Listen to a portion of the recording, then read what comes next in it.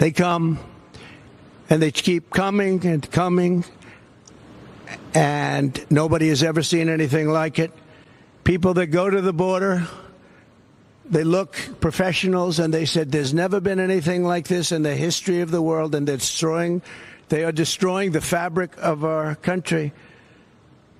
She did nothing to stop any of it. In fact, she encouraged them to keep coming, and you know that. For years she did. Only recently did she say, oh, well, we're going to try and put a stop to it. You know, I've said it time and time again, that illegal immigration, or just immigration in general, is one of the biggest issues in this election. And it's an issue that people have been discussing for years. People have noticed the problem for years. But what's been happening over the last 4 years is that people in blue areas are now realizing the problem. They're now waking up to the problem. People in Democratic cities, they're realizing the problem because their communities are being overrun. Look at New York City, for example, folks.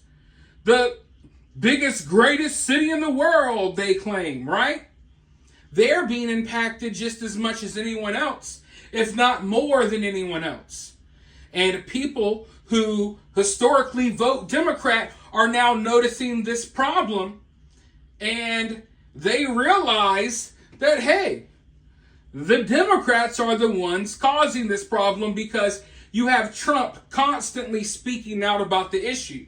And I think that's a good thing, because I think there's people out there that don't necessarily like Trump, that maybe usually wouldn't vote for Trump, but they're seeing things that are happening in their community with the illegal immigration and sometimes legal immigration. And they're realizing, hey, you know, if we want to change, we got to vote for Trump instead of Kamala Harris, you know, someone who's largely responsible for the issues we're seeing now. But this isn't shocking. This will shock none of you.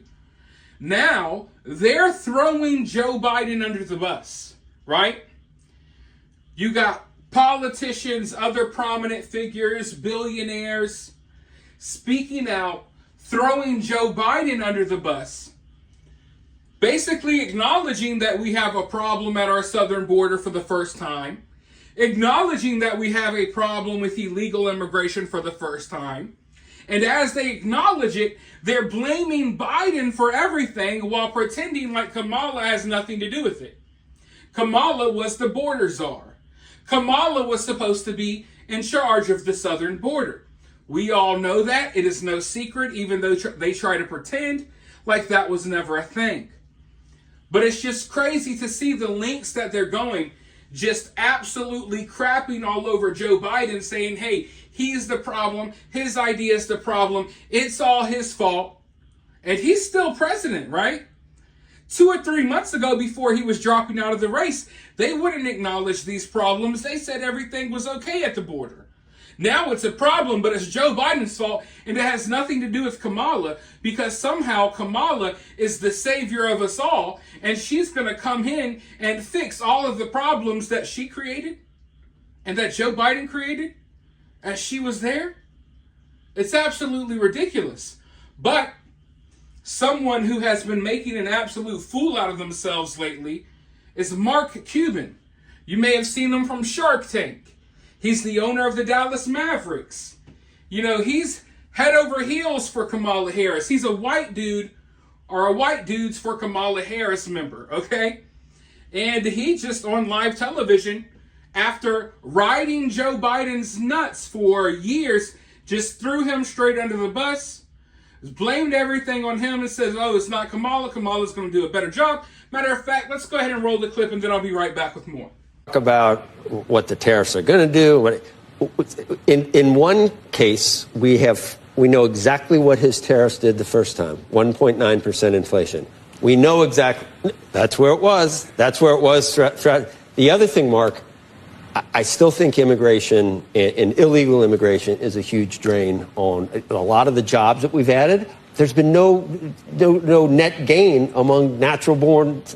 I'm not saying I don't want immigration. We all love immigration. It's made this. We're all immigrants. We're all descended from immigrants.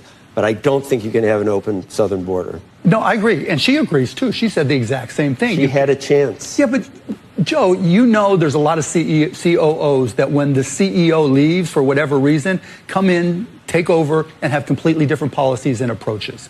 Right? That's just the way it works. When you're second in command, you do what your boss tells you to do. He delegates authority to you. But the border was supposed to be her. Yeah, but it's still the same thing. It's his policies. What he said to her was you go down and you use diplomacy to try to improve, to try to reduce the flow, the migration of people across the border, right?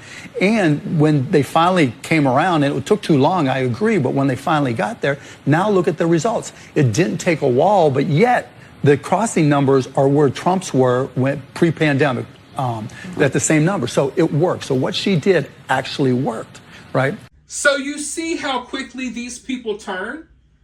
How quickly they turn on Joe Biden after pretending like he was a great president for the last 4 years?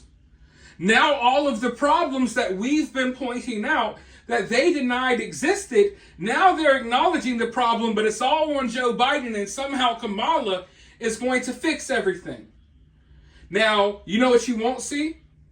You won't see many of these Trump supporters just suddenly turning on Trump at the drop of a dime.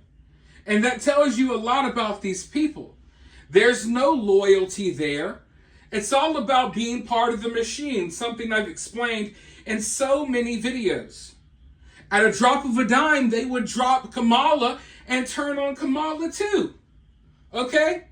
Whatever furthers their little infestation, they're like a freaking parasite, right? And whatever furthers their agenda is what furthers their agenda. And if you're no longer working to further the agenda, they eat you up, spit you out, and dispose of you. Joe Biden is being disposed of. He's already been disposed of, but now they're going to crap all over him and push all of the issues all on him, while pretending Kamala was this innocent person, this innocent stand-byer who had no idea what was going on. Blame everything on Joe Biden. All the problems that we said didn't exist, now they exist, but it's all Joe Biden's fault.